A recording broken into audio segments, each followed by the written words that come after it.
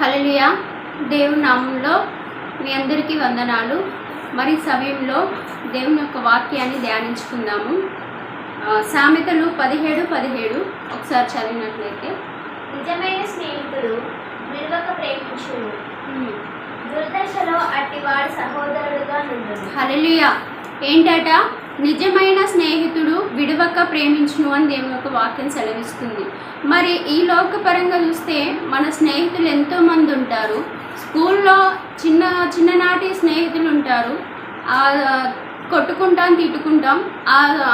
School అయిపోగానే మరలా విడిపోయి ఇంకొక కాలేజ్కో దేనికో వెళ్తాం. మరి అక్కడ కూడా స్నేహితులు అవుతారు.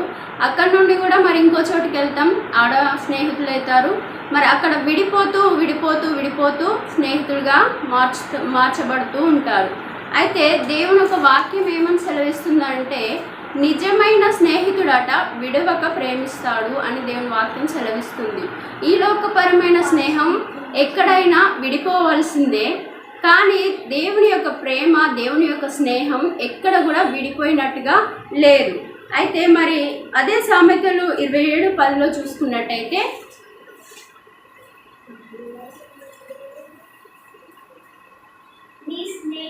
నీ స్నేహితుడైనను నీ తండ్రి స్నేహితుడైనను విడిచిపెట్టకుండు. హల్లెలూయా.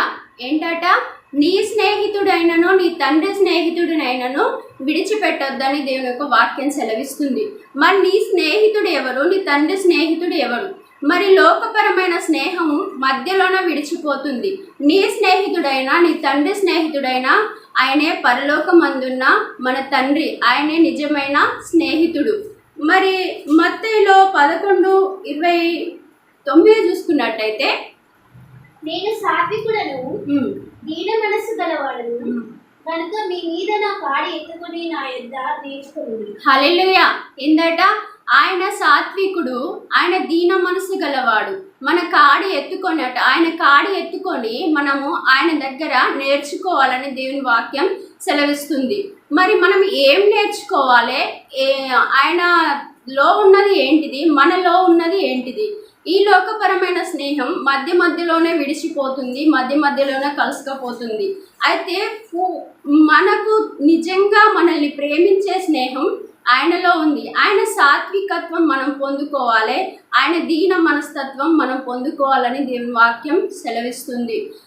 ఆయన దగ్గర మనం నేర్చుకోవాలి ఇతరులతో మనం ఎలా స్నేహం చేయాలి, ఇతరులను దేవుని వైపు మనం ఎలా తిప్పాలి, ఈ నిజమైన స్నేహితుడిని మనము ఇంకొకరికి ఎలా పరిచయం చేయాలో దేవుని వాక్యం మనకు నేర్పిస్తుంది. ఆయన దగ్గర మనం నేర్చుకోవాలని ఆయన వాక్యం సెలవిస్తుంది. అదే ఆదికాండం 5:22 చూసుకున్నట్టయితే, హానోకు మెతూషెలను కట్టిన తర్వాత 300 ఏళ్ళు దేవుడితో నడుచుచు.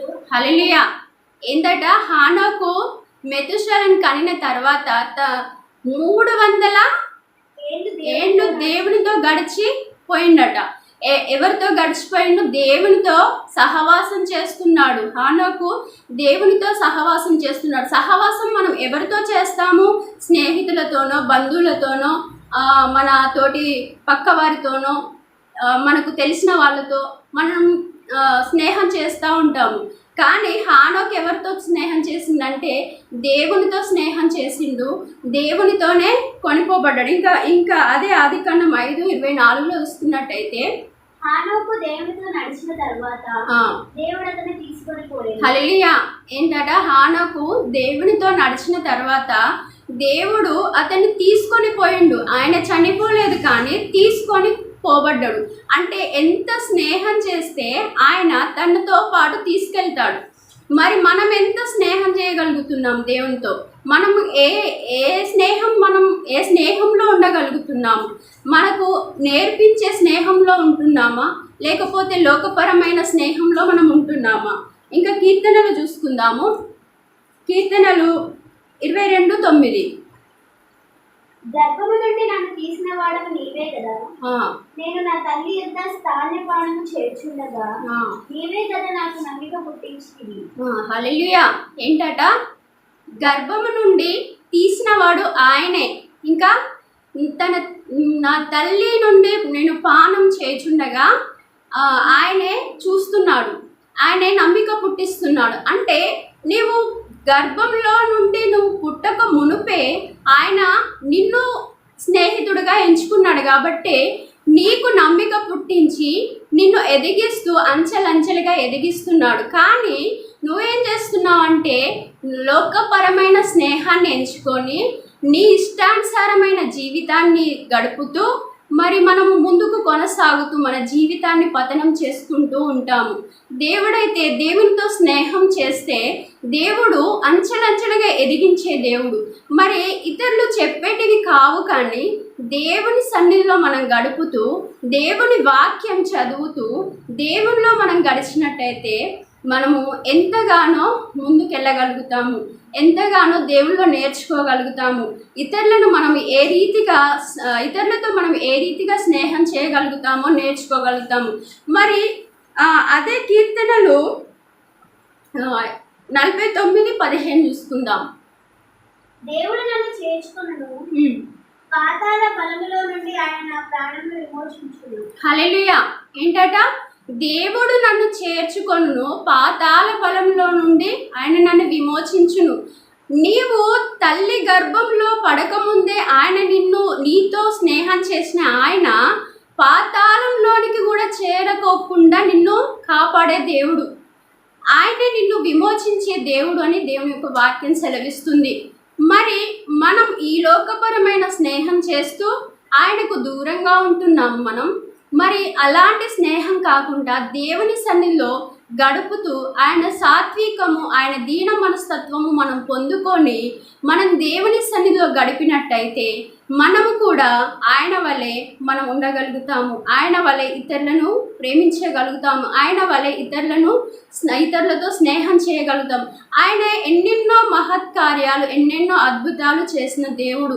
మరి మనల్ని కూడా చేయమంటున్నాడు. కానీ మనం ఏం చేస్తున్నామంటే అపనమ్మకంతో మనం దూరంగా ఉంటున్నాము. మరి ఇంకా కిందికి చూసుకున్నాము. కీర్తనలు 50:15